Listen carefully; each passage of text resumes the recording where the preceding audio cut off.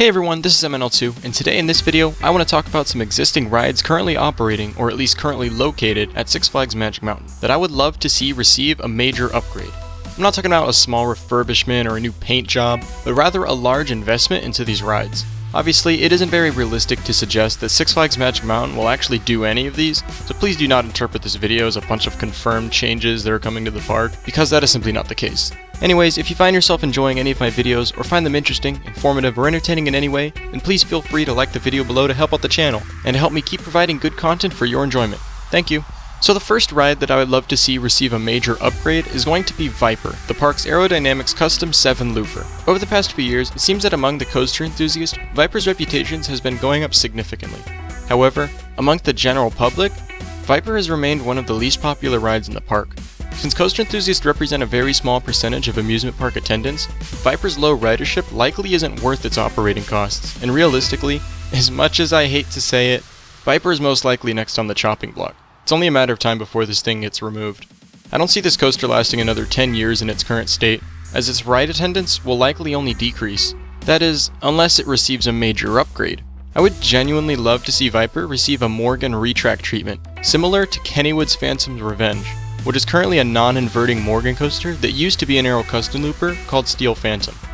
Now, Steel Phantom's layout was actually modified quite a bit, as all the inversions were removed and replaced with other elements that now appear on Phantom's Revenge. For Viper, the inversions are some of the best parts of the ride, so I wouldn't want to see the inversions removed, but rather reprofiled and smoothed out a bit. The biggest change here is I would love to see Viper receive Morgan trains with lap bars. Without the unpopular over-the-shoulder restraints on Viper, there wouldn't really be any way for people to be beat up by this ride. So I feel that it would automatically become significantly more enjoyable by both coaster enthusiasts and the general public alike. Even if the enthusiasts prefer Viper the way it is, this would still be so much better of an alternative than just completely demolishing it. The next ride that I want to talk about is going to be Sunday the Ride. Also, for those of you who aren't longtime viewers of my channel, Superman Escape from Krypton has basically been permanently nicknamed Sunday the Ride, and it has a bit of a backstory, but I'm not going to get into that here. Just wanted to clarify so you guys wouldn't be confused. Sunday the Ride is actually a very significant ride in Magic Mountain's history, and coaster history in general. Though this can be argued because it seems that enthusiasts can't seem to agree if this is a Strata or a Giga or neither, blah blah blah. Sunday the Ride was actually the first roller coaster to reach 100 miles per hour and a height of at least 400 feet.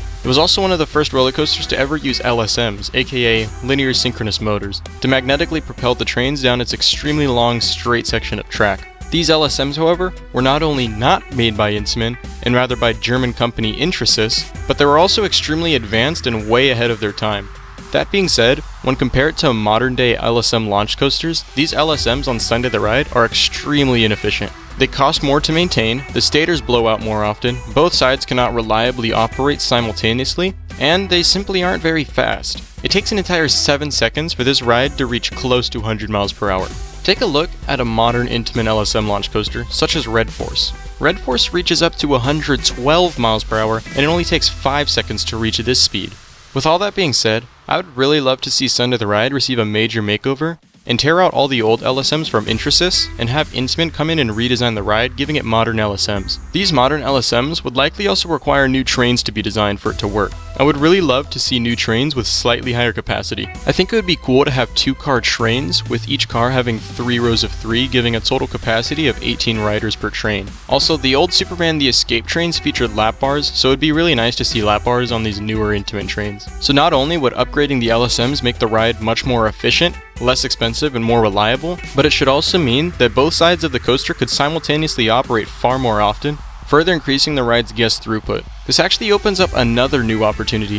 If Six Flags knew that Sunday the Ride can reliably operate both sides of the coaster, then perhaps we could actually see the dream that a lot of us had imagined, and that is having one side go backwards, as it does right now, and having the other side go forwards, like it used to from 1997 until 2011. I would love to be able to ride Sunday the Ride going forwards again, especially with lap bars, as the floater airtime was so much greater when the ride went forwards. But also having the option to ride backwards allows you to get that outstanding view of the park from atop the tower. This last part might be a bit much, but if Six Flags actually went through with all of this, I would love to see another repaint and retheme.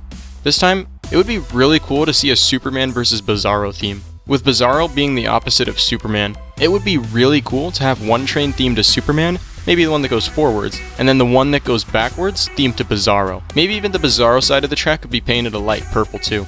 Let me know what you think. Since we're already over on Samurai Summit, let's talk about the next ride that I want upgraded. This actually isn't a coaster, but rather the super iconic and recognizable Sky Tower, the park's observation tower that hasn't actually opened in almost a decade. Sky Tower was a beautiful location to view and observe the park from high in the sky. There were also a few relics of Magic Mountain history up there, so you could learn a thing or two while taking in the view. Yo, hold up. I swear that needs to be a quote or something. I'm actually dropping bars here. But anyways, the only issue with the ride that we know of is the outdated elevator that isn't up to code. Mixed with difficult parts to obtain for this elevator and the low popularity of this attraction when it operated, it seems like Magic Mountain doesn't really care to fix this ride and reopen it.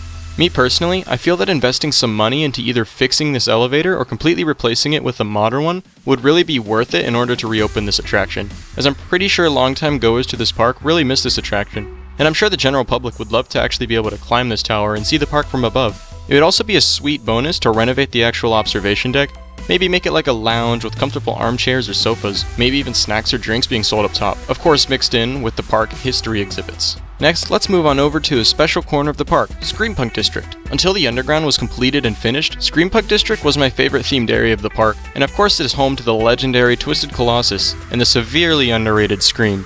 You can fight me in the comments about that all you want, but I love Scream, and nothing you can say will change my mind. But anyways, the ride here that I wanted to focus on the most was Twisted Colossus. Twisted Colossus is an extremely unique roller coaster, as it is the only dueling Mobius Loop RMC hybrid in the entire world.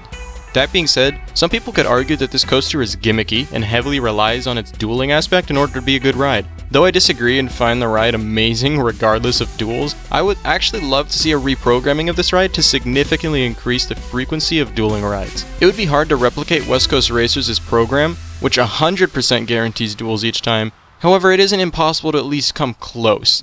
Similarly to West Coast Racers, Twisted Colossus actually has a mid-course brake run located before the ride's second lift hill. Since this is a block zone, the ride can safely stop here for as long as necessary before proceeding up the lift hill. I think that if Six Flags wanted to force this ride to duel more frequently, then they can program this ride to stop at the mid-course brake run, and have the ride then proceed to the lift hill only when the train in the station is dispatching. To avoid having people sit out there and wait in the sun, they can also add something similar to the pit stop or the shed, and build a room around this mid-course brake run and add some steampunk theming and music, maybe even a show screen. Then, once the train in the station has dispatched, the train on this mid-course would simultaneously progress to the lift hill. This would also mean that the lift hill on the green side wouldn't have to slow down as much. It would still have to be slower than the blue side, but not to the point to where it's literally crawling up the hill. Overall, this would make the frequency of dueling much more consistent without actually slowing down operations or forcing ride-ops to rush dispatches and move so quickly. Another small improvement I would love to see is enhancing the steampunk vibe in Screampunk District. If they were to add the walk-around characters back, and maybe even add some time traveler styled turning gears to the Screampunk District sign, or the Twisted Colossus entrance, and maybe add some cool theming elements to Scream, then this area as a whole would be significantly better. Finally, I want to take a look at the newest area of the park, the Underground, home to the pretty much brand new West Coast Racers. Before West Coast Racers, the only non-additional fee attraction over here was Apocalypse. In 2009, this ride was easily the most themed and immersive ride at the park, with the excessive theming to Terminator Salvation. This included an entire Disney-leveled pre-show before entering the ride's loading platform. Nowadays, literally none of the pre-show is used, nor are the TVs or speakers ever even turned on. Given that this ride is located in the newly themed underground area, I would really love to see this ride receive a major retheming. I'm thinking something along the lines of Backlot Stunt Coaster, or Epcot's Test Track, or something similar. Something that isn't too similar to West Coast Racers, but something that actually fits the area. If they wanted to go to an extreme, Six Flags could even bring West Coast Customs back in to design the trains, or to place some of their cars in the queue area to replace all the dilapidated cars that are currently there from the Terminator and Apocalypse theme. If not, then I'm sure GCI wouldn't have a problem designing some new trains for this ride, as we've already seen GCI make some pretty neat trains in the past. Maybe they could even give it the Infinity Flyer trains instead of using Millennium Flyers. Who knows? And of course, I would love to see that pre-show actually used again. Perhaps the storyline could be something like, you were preparing to do some street racing in a dark alley and you were getting a ride all pimped out, and I don't know, just thinking out loud here. As for the actual loading station, it would be cool to add a bunch of graffiti and dark colored paint in the station. The ride's tunnels could be given some new LEDs to project like rave type light shows inside the tunnels. Then if they really wanted to, they could scatter some road signs or highway signs around the wooden structure for some theming during the actual ride. kinda like a rock and roller coaster. Then of course I would love to see the flamethrower brought back and used. They would just have to replace that old white car with a new pimped out one. So anyways, those were 5 existing rides that currently operate or at least located at Six Flags Magic Mountain that I would really love to see receive a major makeover or upgrade to enhance the ride's experience overall. Be sure to leave any comments or thoughts regarding any of these updates, or if you have any upgrades that you would also like to see happen with the park or the rides within the park. Lastly, if you enjoyed this video, then feel free to like the video to help me produce more content for your enjoyment in the future. And if you like what you see and want to see more, feel free to subscribe to the channel with notifications on so that you will be alerted whenever I upload a video. Anyways, thank you so much for watching, and I'll see you in the next video. Goodbye.